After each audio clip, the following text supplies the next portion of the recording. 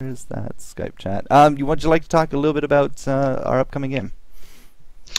Yes, we do have Curse now versus, I believe, let me double check. Just trying to bring up the bracket here. Curse versus Just the Usual. Curse did have a bit of a swap in the past. I believe in the roster they did have, which was Liquid was being played, but they are, of course, swapping for Probelter. Probelter, arguably one of the best top laners in the game. Of course, his age does not matter. He kicks ass. He does a really good job, and him and Voyboy are always a really interesting lane matchup to watch. But his awareness of the game and his ability to execute his plays are just so perfectly. It's really phenomenal to watch. I had the opportunity to meet him in person, see him play, and he's just a really overall great player. Top lane, of course, as we saw from that last game, just so very important to have whoever wins early on be able to roam around and be able to support his team. Unfortunately, we did not have Rumble able to output enough to help his team win, but we should see some great action here. We do have us jumping into the game, and we're going to see play-by-play for these picks and bans. Yep. I don't think the Just the Usual is too aware of what Curse's strats are. They are a fairly new team, so we'll see how they do against Curse. Of course, we have the normal typical bans coming out. We have Rammus, Ryze, Cassiopeia, Shen. Yep, those are all standard bans right now. Ryze and Cassiopeia are kind of two picks that sort of deal well with each other. If one's banned and the other one kind of needs to be banned. Just to get vice versa. a word in here, Mr. Phantom Lord. You know, I will let you do this up, but you know, we did just have a winner of our Facebook, and we're about to do another Facebook contest right now. So on the page, Fatal1ty Gaming Gear with the 1 on Facebook. I'm linking it in chat, so make sure you're taking a good look at chat. We're gonna have a new question up. Fatal1ty is making it right now, but if you go to the creative store, you know, the creators of Sound Blaster, and you answer the question that Fatal1ty is about to put up, you could win yourself a headset and a sound card from Fatal1ty. Easy as that. You just gotta go answer the question, and as good as that. So it should be up there, Fatal1ty Gaming Gear. It's in the chat, and just go answer the question. But the question is, name one of the gaming products from Fatal1ty and Sound Blaster. There are a few different cards and headsets out there. Just find one, put the answer in the chat, or sorry, in the Facebook, and you could win yourself, you know, a new sound card and headset. So we already have one lucky winner. Congratulations to him. You could be number 2. So go do that right now. And now we're going to get our game going. So all yours, dude.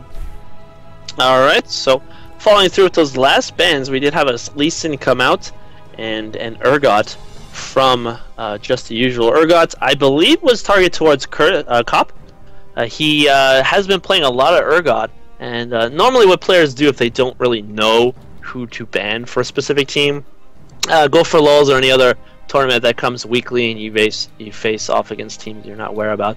What they typically do is inspect the person's profile, look at their ranked game, and see who their top champions are played, and usually checking the match history. And by checking Cop's match history, he did have quite a bit of Urgot being played. Of course, these top teams trying to figure out these new strats for bottom lane. Always nice to see. It's going to be entertaining in the near future. We're going to have quite a bit of adjustments being placed to bottom lane. We are going to have that new support being rolled in, and we are also going to have that big nerf to the lifesteal. Of course, lifesteal I felt has needed to be tuned just a bit because Spellvamp has been nerfed a few times. Of course, Woda being nerfed, and Hextech Revolver has been nerfed somewhat as well.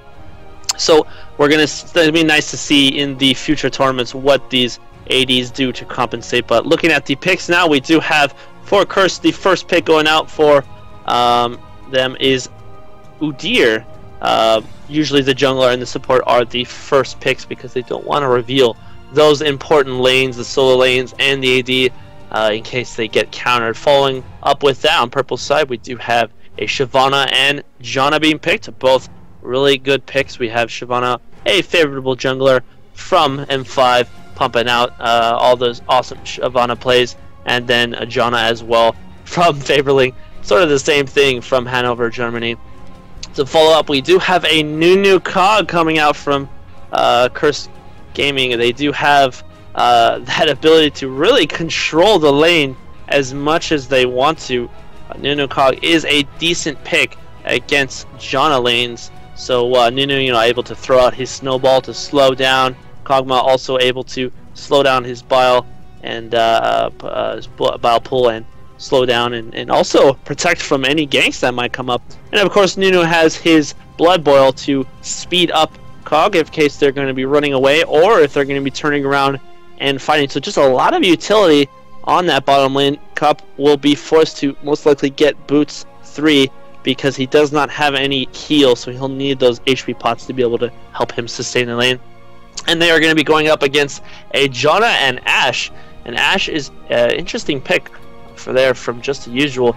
Ashe has a huge viability for the team as far as late game with her arrows being shot through without any vision. And of course, if the arrow comes into a line of sight, it takes a really quick amount of reaction time to be able to get away. But most of the time, it's not enough because players aren't really expecting it, and that Ashe arrow will be able to initiate a team fight and have her team follow through right away. We're following up with those picks. We do have Nightjackie running with the Morgana pick. Of course, seen from last game, Morgana is a favorable pick. She has just so much utility to provide for her team with her ultimate and those bindings, as we saw Reginald do.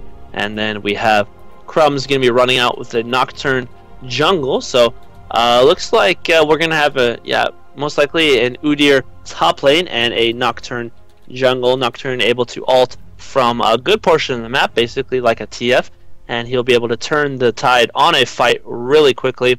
Following up against the Shyvana, will be counter jungling probably quite often. She is a counter jungle pick, so Nocturne will have to compensate for that and have his team help protect and be able to watch the entrances to the jungle.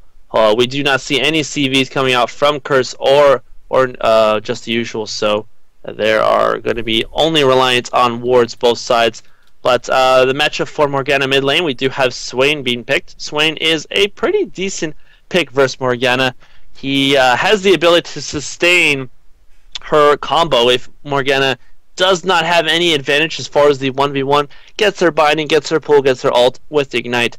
That ignite is going to be really the only real way that Morgana will be able to shut down Swain, because if he has a little bit of extra HP or health, he can sustain through that full combo and be able to come through and then turn on Morgana by getting out his follow-up combo. Excuse me. Top lane, we do have Udyr going to be going up against Irelia. That is a pretty standard lane. Irelia is really strong against Udyr and vice versa, but I think Udyr was a decent pick. He is a overall safe pick for Belter, able to rock up that top lane. He is a really great player there, but we do have Irelia with the teleport. So any future team fights, Irelia is going to be able to help out and assist her team. Can be even teleporting bottom lane anywhere on the map. And Probelter most likely would be going for that early game aggression, trying to get that kill. He does have the extra damage from the ignite. So pretty interesting matchup we'll just see there. Well, I do believe we are going to see an early gank come up top lane. Shyvana should be... They are purple side for Just the Usual, so she's going to most likely be doing her race and then going to red and then ganking top. And we are going to most likely see some defensive play with them. But looking at both teams, the level 1, Curse does have the advantage. They do have a stun by Morgana, fear by Nocturne, a stun from Udyr, and the snowball slow from Nunu. So Curse might do an invade here. Of course, that purple side red is very important because it determines which lane, mid or top, gets ganked first. We do sometimes have junglers on blue side start at their red and then run all the way up to top. It's just so important to get that top lane ganked as soon as you can, because if you do it later on in the game at the 7-minute mark plus, Normally what happens is the other team does see that the jungler is top and compensates by going and doing a Baron or Dragon right away, I mean, because the jungler is so far away he won't be able to contest with getting a Smite Steal, and they usually take down the Dragon as a result. So very interesting team comps here by both teams. I do think it does favor quite a bit as far as the early laning phase for Curse. That new cog bottom lane is just going to be able to put out so much damage, and most likely will be trying to push with that win early on before Ashe hits 6 and is able to have those initiations. Shyvana isn't really a jungler that ganks early on, so she's going to also be counting on those 6 ganks, I'm sorry, and getting her exhaust down to slow the enemy player, and even if they flash away, be able to follow through with that kill. But we are starting up here soon. Yep. I would say my favoritism is going to Curse as far as team comp. What do you think, Jester? I'm a little confused that Loopiness is not playing AP mid, but he is on that Janna. We do got that Swain, so I'm a little confused about that, but we are going to get this game rolling, guys. Game number 2 today of the Grand Finals Fatality Tournament, and we're going to just have a quick word from our sponsors, and we'll be right back.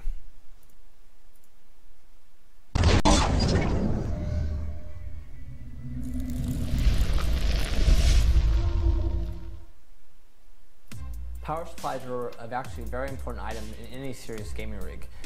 It's very important because you have to have clean power for your graphic cards, for your motherboard, and everything you need to game at your highest capabilities. So finding a great company was not very hard.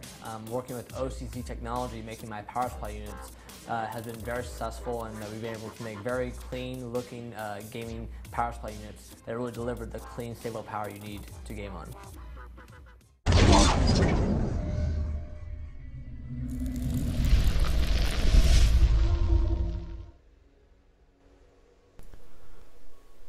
And we're back. Everyone's loaded in. Excellent. That was actually pretty good timing, I thought. But yeah, game number 2 here, guys. Curse going up against just the usual. You here are watching the Fatality League of Legends $5,000 Grand Finals tournament. This is still quarterfinals, and we will be having all the quarterfinals today, followed up by the semis tomorrow, as well as the Grand Finals. So let's see who can win themselves $5,000, which is pretty insane. Again, we are running another Facebook contest right now. Go to Fatal1ty Gaming Gear with a 1 at Facebook. Answer the question, name one of the creative Sound Blaster products that Fatal1ty makes with Creative and Sound Blaster. Just name a product. Random winner will get themselves a special prize from Fatal1ty just for you, because we love you. And yeah, we got pretty much no aggression. 30 seconds until minions Yeah, both teams just protecting each other's jungle. We might see Curse try and invade here at the 130 mark. Some teams do decide to not run in right away and go full on aggression. They know Shyvana's going to be starting at those raids, because that's where typical Shyvanas do start. We see Elements walking in. He might place down a ward. Yep, there's the ward. So they do have coverage of that. Shyvana does know, so they are going to bring over a few members and try and protect just a little bit in case there is any aggression. I think sometimes Nunu gets his eat, so he goes up and eats one of the minions. But is Nijaki going to steal this? Nope, he doesn't. Most likely, yeah, he's not going to get his binding. He's going to get his pull early on. He got 1 minion out of it. Only 1. 5 gold. 5 gold. 4 gold, but okay. Yeah, Raging Sorry. Kenny, that's okay. I love you anyways. Raging Kenny down here with Loopiness. Now, back to my comment before, Loopiness was that Gragas that we saw in the first qualifier that just spanked Swain.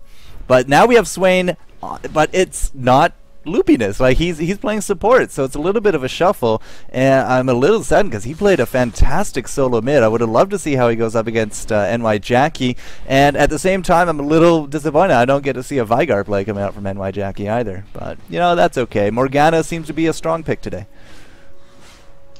Yeah, Vygar wouldn't do really well against Swain. He doesn't normally stack AP right off the bat by getting double Dorans. He most likely goes for a Rod of Ages, gets sort of tanky, and then builds into something later on. We do see a little bit of aggression going out from Swain onto Nijaki. Nijaki walked up just a little bit, trying to possibly steal some of those wraiths that he attempted to yet again.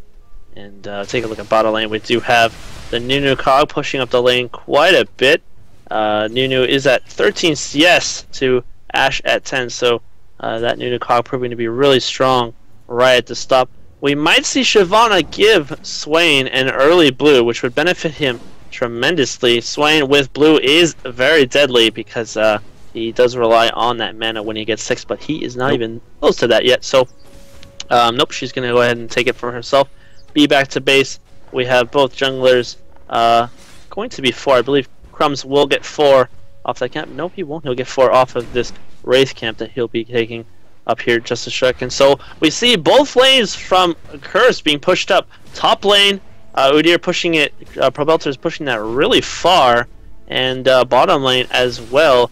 They don't have any wards to cover Probelter top. I think he's gonna, yes, he's gonna be backing out here to buy something. No, he decides to stay instead. So a really interesting play by him, not worrying about getting jungled. We do see him opening up with some aggression right at the start wall.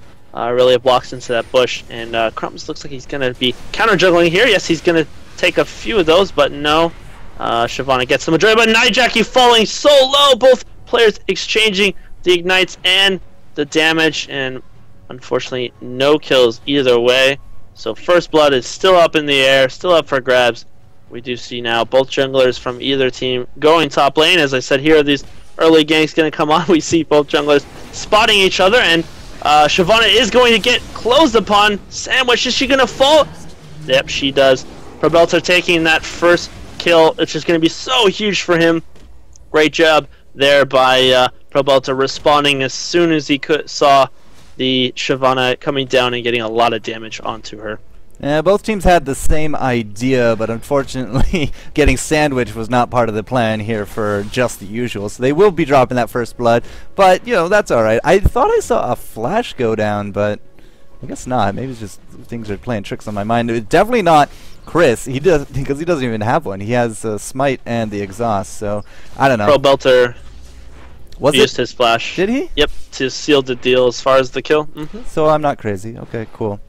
Swain is still in the mid. He's used up all his health pots, but he has forced NY Jackie to go on back to town. She picks herself up double Dorns with the Boots of Speed, and another pot to boot. So she's going to be coming back with quite a bit of regen to her name. See how well that she can do that. And yeah, Probelter up here with the blue. There's really not too much Gypsy can do. And as you can see, he's just getting shoved right into his lane, and he will not be able to do too much past that. Yeah, so Probelter is going to be buying here, coming back to the lane so strong. If we don't see Shyvana trying to help out the Aurelia in the next few minutes, Probelter is going to start to snowball. And yes, we do see him buying a Wriggles at 6 minutes into the game. He has 32 CS, has that first blood, has 4 HP pots, so he is just going to be really putting on the aggression for that Aurelia. And yeah, if he doesn't get harassed at all, he's just going to be so strong going into this mid-game. Shyvana is going to have to respond to that lane at some point, and if she does, then Curse is going to take that dragon for free. 6-minute Wriggles, that's a lot of sustain that you can bring to yourself right there. And you can see Pawn Gypsy just trying to dance a little bit, but Probelter will be doing good. I'm a little more concerned about this bottom lane, however, because we're at 53 to 46 for the creeps, but you can see Ashe and Janna again just tower hugging at this point. Really don't seem to have too much of an answer here to Curse Cop, who seems to be playing this Kog'Maw quite excellently. Yeah, that lane is being pushed up really far, and I think this Shyvana just doesn't really know what lane to help. She can go bottom because it's extended, she can go top because Aurelia is just taking so much damage, as we see right there. She can go mid, but mid is not really the best option, or she can just continue off the jungle. So it looks like she's trying to get this level 6. Udyr is just putting out so far onto this tower, and he's just taking it down about a 4th HP. Shyvana does show up, but he's just going to walk away because, of course, it's Udyr. He can just run away with his bear stance. No worries. Aurelia now forced to back off, so Shyvana most likely will be holding that lane. If she doesn't do it anytime soon, that tower is going to take quite a bit of damage. She instead decides to take this red buff, and most likely will show up to lane, but no. Bolter decides to back off. He did know that early back, but in mid lane we do have the flash over the wall from Nijaki, catching that Swain in a binding, ulting. Crumbs was right there, responded, and was able to ult in and do so much damage to take down that Swain.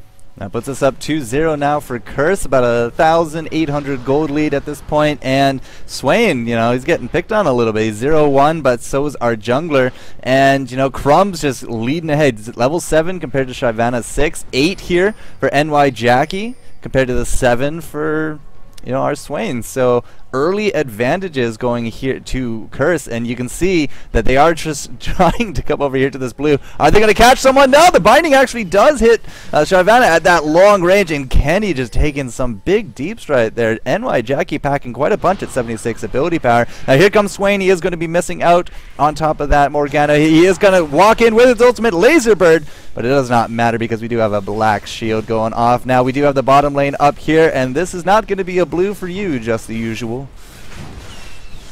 Yeah, really great job by Curse to deny that Swain his blue, and they will most likely be doing that for the rest of the game. Just when Swain without his blue is not able to harass, he can't pop his ultimate. Of course, when his ultimate is going, every so often it will keep using more and more mana, and then he just won't have any mana left. So it increases by 5 mana each second, and because he won't have that blue, he can't do what he normally will be able to do, and he'll just have to sit there and farm the lane, and you won't see any opportunities, any sort of initiations or any kills being done by him mid lane unless he gets help by his jungler.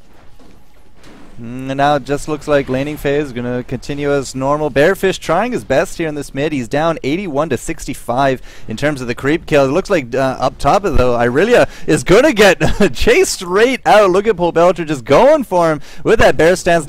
He actually does have a flash ready to go, but he is going to use it. Gets the stun and the tiger stance, and he's just going to sit there for the good looks. Actually, he was stunned, but you know, it's just another kill for him up top. 3-0 right now. Curse coming out very strong. And, you know, I hope that there's some MAs called on this bottom lane because we got Nunu wandering around, throwing around some wards. And there's Cop already with a BF sword 10 minutes in. Pretty good stuff, Phantom Lord. Where you see a binding coming out from Nijaki mid lane. There's the ultimate. This is a rinse and repeat from earlier. Swain did flush, but it might not be enough. Yep, there's a second binding coming out from Nijaki. That synergy between these two players on Curse just so strong. Swain getting completely denied. Of course, he did not have that blue, so he couldn't stay in his ult form, and did fall because of the tremendous amount of damage that Crumbs was outputting. He does have his wriggles up, and Morgana does have 2 Doran rings, so she was able to do a lot of damage there as well. Swain now will most likely be building into his catalyst. Yet we see him building 2 Doran rings and getting a late catalyst. The Doran rings are usually bought if you are losing the lane, if you need that little bit more HP. It's not purchased on champions who are winning their lane. It's purchased by people usually losing the lane because they need that additional stats fast to be able to compensate for the advantage that the enemy player has. And this top lane, Belter just doing so much. Again, he's just not going to be giving any sort of harassment from this Shyvana because she has to be elsewhere on the map, and all of these dragons are just going to be put to Curse's favor if she does try to come top lane. We do see her now creeping up. She is fairly low, so she's going to continue on with her jungle, and that top tower is falling really low. It's going to be falling down pretty soon here. Belter just doing a great job. 90 CS with 2 kills. 280 CS and no kills on that Aurelia. Yeah, Aurelia unfortunately is definitely falling behind, but it's like Dan Din says, once you start losing that top lane, it's really hard to stop losing that top lane. So you can see Belter doing good work. We got the ignites going down in the mid. We got bindings and never moves, but it will be Jackie as the victor with that black shield in the mid. Now we do got that top tower down. Belter, you know, he's just, that's a 12-minute turret all by himself. He has not had any help except for that first blood, and he's got to be pretty happy about that. That Wriggles and Turtle Stance just regenning so much health, and he has 100 armor to boot, so it's not really like I really can do so much in terms of harass, because he's just going to heal it back up. So she's been focusing on the creeps, which is good. She's at 86, but we had 98 for Belter, and I mean, you can't really deny that those deaths really take away a lot of farming time. Bottom lane, we did have an Ash Arrow going out onto Curse Cup, but he is running Cleanse. We did have Shyvana running past, so Curse knew because they had a ward down at Dragon that Shyvana was going into gank. So Cup just popped his Cleanse and walked away without any sort of worry. We do have Crumbs now creeping into the bush there. He does see Chris taking that red, so he might decide to yes, there's the initiate. There is the Fear. Jackie doing a wonderful job showing up, and Chris does take the red, but also burns his ultimate trying to get away, and Crumbs does clean up that kill and take the red from him. Beautiful. Yeah, we do got Udyr still pushing down that top, and again, something to notice here is we have 0 escape mechanisms except that ultimate as well as the passive run speed from Shyvana's burn, because she is not running Ghost, she's not running Flash, so as soon as she gets caught out like that, it's game over. I mean, she can't go anywhere, especially with a Nocturne chasing you down. You get hit by those bindings. I mean, not much that she could do in those kind of regards, and now it is 6-0 Pull Belter, however, still not going back to town. He's still really shoving down this lane. The Flappy Bearfish in the mid, he's trying to pick up some of these creeps, but what an excellent binding into the ultimate with the Never Move. Well, Never Move's not going to be saving you here, Mr. Swain, because we do got Nocturne in your face. Another kill for Curse on the board. 7-0 up, 5,000 gold, and we're only 15 minutes into this game. Apparently somebody disconnected. Who disconnected? Swain? Jackie? I was not able to see. My mouse just sort of they don't give you those they don't give you the messages anymore. I don't see anyone disconnected, so I'm going to ignore that for now. But a blue buff on top of another blue buff. Hello, Morgana. Oh, actually it gets smited up by Crumbs. Okay. Not going to give it to Morgana. Well, either way, Curse holding down both blues, counter jungling like a boss. This bottom lane, very passive, very quiet. Not really too much going on, as everything else just kind of rages around them. But 6,000 gold up. Curse is looking phenomenal this early game. Yeah, they definitely have a clear advantage. Up 7 kills. Up so much gold. They're going to be taking all of the buffs now, red and blue, as we've seen. Curse has been at both of them as soon as they came up, having them nicely timed. And they're going to be taking the dragons. Could be a kill on elements. Flash, flash, flash! And yeah, that's a kill on elements. Alright, well, they give up their first kill, but they got themselves at a tower, so they're not too unhappy about that. Nunu must have I don't know. I don't really think he needed to sacrifice himself there, but they got the tower. Mission accomplished. It's the first kill. It's hardly a game changer. In those scenarios, sometimes, and Crumb's taking a red again. He's like really selfish with these buffs now. Taking blue from Morgana and taking red. Cop even came over to try and take it, but he just, I don't know, most likely it was a wriggle proc. But yeah, in those scenarios, bottom lane, it's really smart for the support to sacrifice themselves for the death instead of the AD, because your AD is able to stay in the lane, you know, continue on getting XP, continue on getting gold, even if there's no minions that can go and do double golem themselves. But the support player should sacrifice all the time, because the AD is hands down more important than the support role. Yeah, you're a big fan of the AD, and you know, you keep saying it's the most important role on the team, and every time we seem to commentate, it comes down to those AD players. So, yeah, yep, I'll go with top that. lane is the most important early on, and we do have like sort of 1v1 mid lane where they're able to roam around the map depending on who wins. Jackie's just done a great job with Crumbs as far as initiating ganks onto the Swain. Oh, but top lane, yeah, if they don't get any sort of pressure, one of the lanes will definitely win, unless it's like a farm lane, or we know most often with Hotshot GG, where he just sits there and farms. Okay, there's probably another kill there into the mid, because I saw Crumbs go into NY Jackie. We do have Swain dropping yet again. Does not seem to be able to really counter this combo to any kind of effective degree. I just saw Udyr buy a black cleaver. No, that was a Kog'Maw. Okay, I was going to say, because he must have sold it, because he doesn't have it anymore. I'm just dumb. Let's go with that. Kog'Maw with the Black Cleaver. We got the Wits End now coming out with the upgraded boots for Udyr. A gigantic crystal arrow coming out of nowhere, and unfortunately will fade off into the distance, but we have now another turret under our thumb. Curse looking really strong. 8-1-3 turrets, and they're up about 7,000 gold. Not too shabby. Yeah, every little poke that Cop gets onto any of the enemy players, just so much damage. It's just, I don't think Just the Usual is able to do anything at this point. There's just so much damage, so many items, so much additional gold on all of the cursed players. As we see here, they're going to be getting even more gold from top, getting that tower down by Probelter, and Crumbs and Cop taking down that dragon. They might even try and just take a free Baron here. Sometimes the teams don't even worry about Baron at this point because they just have such a huge lead.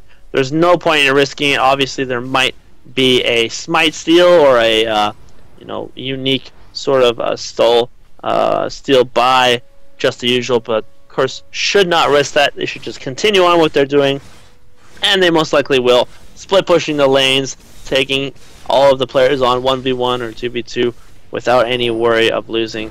And looks like bottom lane will be pushing up quite far here. Cop trying to get some poke off. Top lane we do have Probelter flashing on to Gypsy, and all of that damage that he has just applied so fast.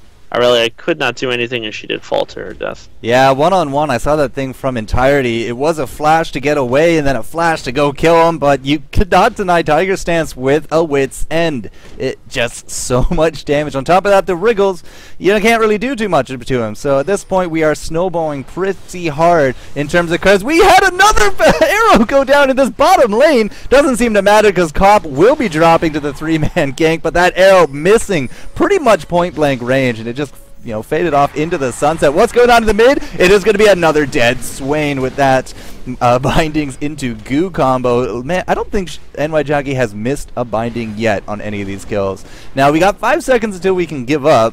Hopefully, we're not going to see that surrender, but it is an option. It's 10-2. We're down 11,000 gold, so it's not looking good for Just the Usual.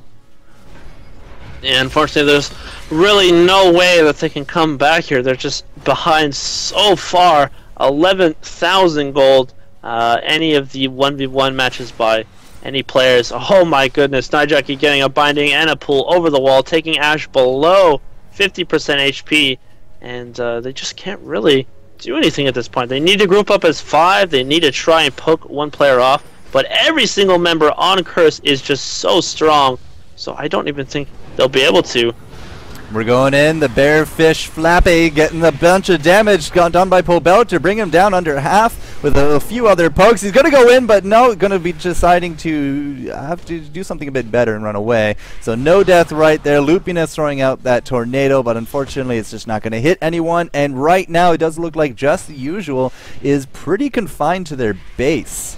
I mean, let's just take a quick look at their vision. It's literally their base. They have no wards out on the field. They have nothing that they can actually leave a town with.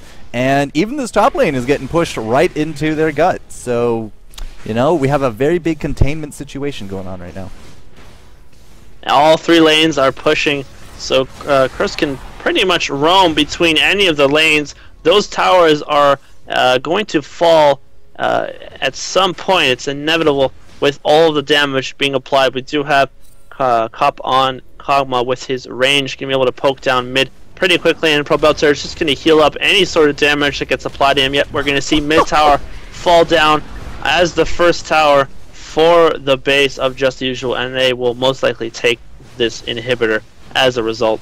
Oh, binding dodged up here by Shyvana, but Crumbs gets an exhaust out on top of him. We do got the big arrow again, not landing on top of anything as NY Jackie picks up a kill on top of Shyvana. Elements drops in with the ultimate, not going to hit anyone, but that did allow Irelia to drop, and now we are just going back onto these towers. I don't think these towers are made of anything tangible. They look like Play-Doh just getting ripped apart to this Probelter. I mean, that Tiger Stance is so powerful, and this will be the second inhibitor. The teams are just kind of standing back saying, well, nothing really to do, and now they're just going to wander to this last inhib. That would become super minions. And did you see that shield go down onto Cop? He just gets a shield, doesn't take any damage. It's cool. Flash, flash. It's cool. I don't think we've had an arrow hit today. Have you? No, I've not seen. The only yes, there was one arrow that hit early on, but Cop sort of baited it. He knew that he had cleanse. He was bottom lane about at the 10 to 12 minute mark. But once that arrow hit, he just cleansed out immediately and was able to run to safety. Shyvana wasn't there fast enough, so she couldn't get her exhaust down. Of course, exhaust is like the only real way she has the ability to secure a kill, other than her ultimate getting in a little pushback effect. But she just hasn't gotten any successful ganks this whole game. Crumbs has just done a phenomenal job ulting with the synergy in mid lane, with Nijaki getting her bindings down. And look at this. Probelter is just going to solo Baron right now with elements coming up to help. That's not a solo then. Well, he started soloing. Oh, I get it. This is like the whole solo queue is actually duo queue? Okay, I get it. But no, that Baron is definitely dropping it. Pobelch is not taking any damage. They just went on shopping sprees, and you know when the support has himself that needlessly large rod, you're in trouble. Because that element's rocking 153 ability power with that dead worm now, and this could be the herald of the end, as it does look like we are going to go straight to the enemy base. One big final smash could be it for the game. 12 to 2, and we're sitting at something silly like 16,000 gold difference. So it's basically Curse's game to lose at this point. Yeah, I don't think there's any chance from Just Usual at all. Every single player from Curse is strong. Ashe might get caught out here, but no, it decides. Nijaki decides to run back. They're going to take this last base tower next to the inhibitors. And most likely we'll take this third inhibitor to follow up. Yes, they will. All these super minions will start to flow into the base. Crumb's just, you know, walking into the base with no worry at all. He's like, oh, I'm late, but, you know, I'm here, guys. And look at all that damage coming out from Cop onto Shyvana with his Infinity Edge. Just, he doesn't have Infinity Edge. With his Black Cleaver, I mean. Putting out so much damage, but oh my goodness. Here we go, the beginning of the end. Flashing in, ulting in. Pawn Gypsy is the target. Does get feared, but that laser doing a good amount of damage on top of Crumbs. Pobelter doesn't care about any kind of team fights. He's going straight for the towers, and that's going to be great because NY Jackie uses that. Zonia will go down as the second and third kills have now been achieved. Or at least the third kill has been achieved. It doesn't matter though. Nexus is down. Good game, well played. Curse will be moving on here for the Fatality Grand Finals, $5,000 tournament to the semis, and just the usual, the winners of our first qualifying rounds, you know, they did get themselves 5 Sound Blaster Fatality sound cards. So I mean, they're not walking away empty-handed, but we will be saying goodbye to them in this tournament as Curse will move on to face against TSM tomorrow on our semifinal stream. But that being said, we're not done, guys. We got 2 more games, and we're going to get those rolling for you as Phantom Lord tells me what he thought of this game.